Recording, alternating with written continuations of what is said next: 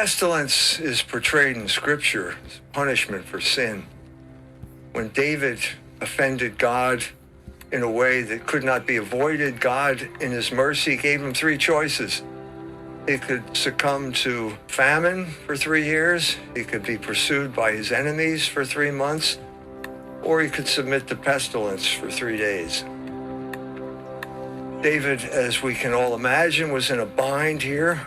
Choosing your punishment is not the nicest thing to do in life, but he ultimately decided he'd rather fall into the hands of God than the hands of man, and so he chose pestilence. We're in a similar situation today. We've had pestilence inflicted on us, and like David, we have to be able to distinguish between pestilence and its alternatives, because the situation is more confusing now than it was then. In particular, some people are saying that this is war. Governor of Indiana said it was war. The people of China agreed with the government of Indiana, and they said it was war too. They said it was a biological weapon unleashed on their people by the United States. In order to clarify the situation, we have to be able to distinguish between categories of reality and categories of the mind, between things and thoughts, between existence and essence, because these are always confused in the world we live in, and things are invariably used as a justification for categories of the mind getting imposed on all of us in the name of science and in the name of nature. So, for example, we have a category of nature, women. Everybody knows there are women, they exist. No one can dispute their existence. At this point, the oligarchs arrive and say, well, there's such a thing now as women's rights. You believe in rights, don't you? So therefore, if you don't dispute the fact that there are women, you have to accept that there are women's rights, which means you also must approve of abortion. Well, wait a minute. Someone just pulled a fast one on us here. And something similar is happening here with this virus. So we have a fact of nature. There are people dying and there are people who are getting sick. That's existence. How can you weaponize this fact? You can weaponize it by imposing categories of the mind upon us, by telling us not only what it is, namely a coronavirus, but what you need to do in order to be protected from it. And that is precisely what the oligarchs are trying to do now. The coronavirus does exist in reality. It is a thing, but that doesn't mean that the meaning flows naturally from the thing. And the meaning that I can see at this point is the coronavirus is now being weaponized by the oligarchs in their attempt to regain control of the narrative, which they lost in the year 2019. The fact that we are talking about this right now means, to some extent, that they have succeeded. It is dominating our conversation, and that is the means they use to basically form the categories of our mind so that they go along with what they want us to do and not necessarily what is the best thing that is in our interest.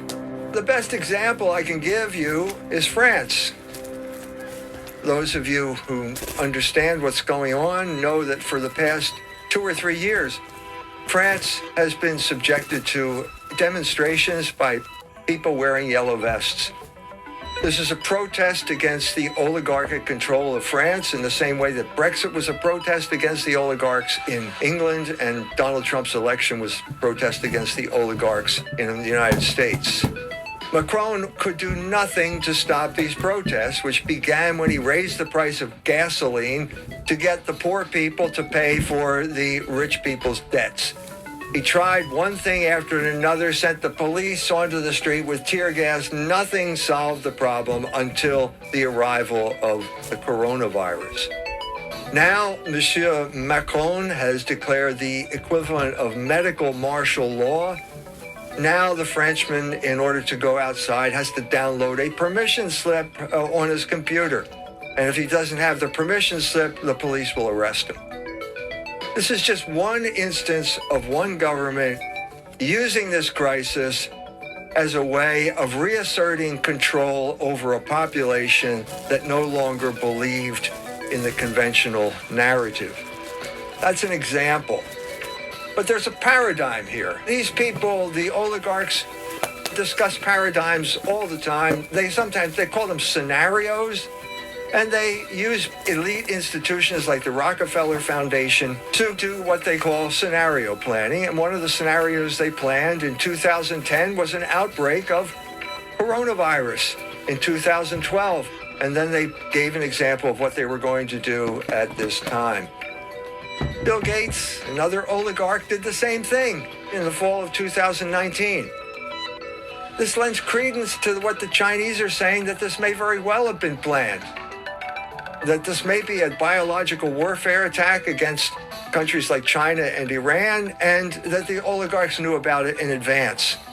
More evidence that they knew about it in advance comes from our illustrious Congress, where members like Representative Burr, a Republican from North Carolina, sold all his stock before the market crash because he had insider information. These are instances of how the oligarchs use these crises for their advantage.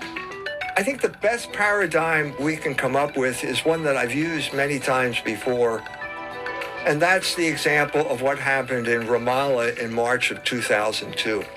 During this period of time, the Israeli army entered Ramallah, occupied Ramallah, and then took over the TV stations which were run by the Palestinians. At this point, they did something unexpected. They started broadcasting pornography over those TV stations. And at this point, the Palestinians were confronted with their own particular choice. If they went outside, they would be shot by Israeli snipers. If they stayed inside, their only source of information was the television, and if they turned on the television, they were forced to watch pornography. This proves that pornography is a weapon, in spite of the way it's portrayed. It is not freedom, it's a form of control that the oligarchs use to keep us under control, isolated. And lo and behold, we find that the same thing is happening now, under the guise of the quarantine subjected on us by the coronavirus. Pornhub, the biggest provider of pornography in the world, has offered Italians free subscription to their pornography channel so that they have something to do while they are forced to stay inside. The other thing that happened during this period of time is that church services were banned.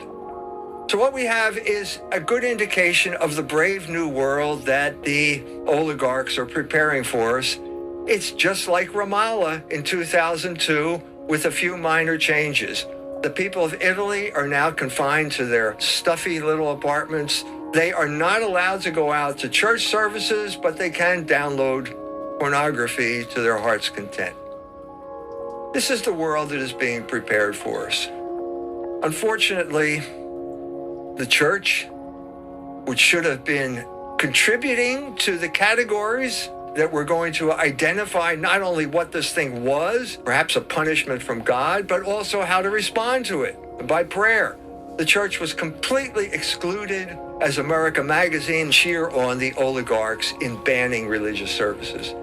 The article is tendentiously called, "I Am a Scientist. Catholics Need to Ban Mass," or something along that lines. You can check it out in America Magazine. This has led to the world that we live in today.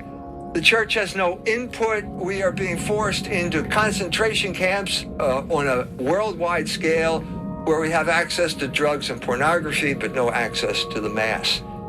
Needless to say, some churchmen are upset about this situation. Archbishop Carlo Maria Vigano, also an Italian, is one of them, and he was able to distinguish between the categories of nature and how they got transformed into weaponized categories of the mind by politicians. The ecclesiastical events of these hours, Vigano tells us, have manifested clearly, if there was still any need, the tragic subjection of the church to a state that is striving to do all it can to destroy the Christian identity of our Italy by enslaving it to an ideological, immoral, globalist, Malthusian, abortionist, migrant agenda that is the enemy of man and of the family.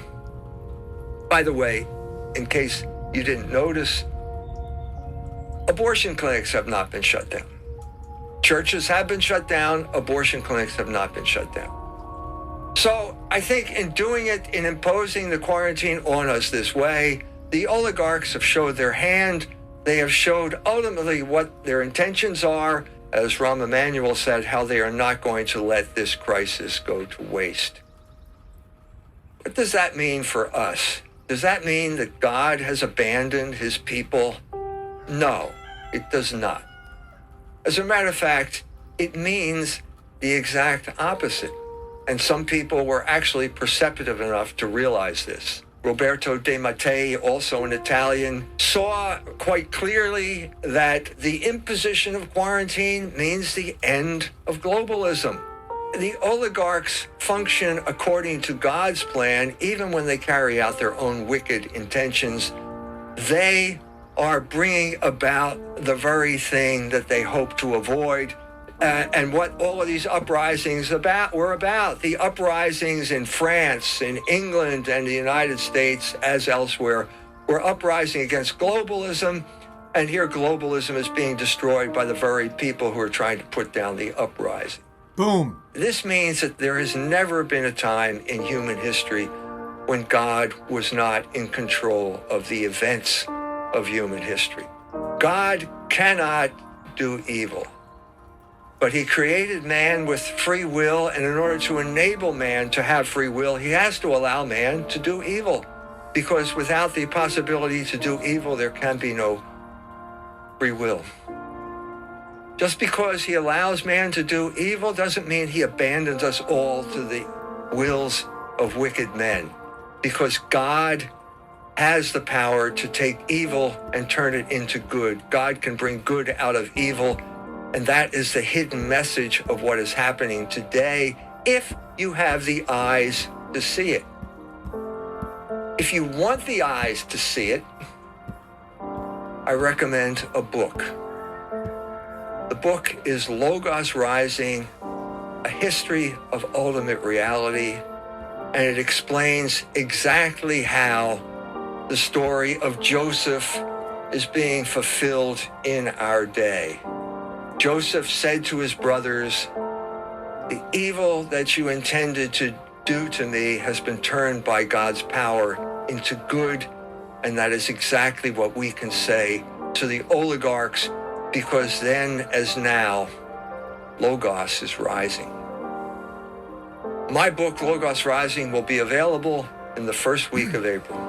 You can sign up for notification at fidelitypress.org. For more information on the weaponization of the coronavirus, visit CultureWars.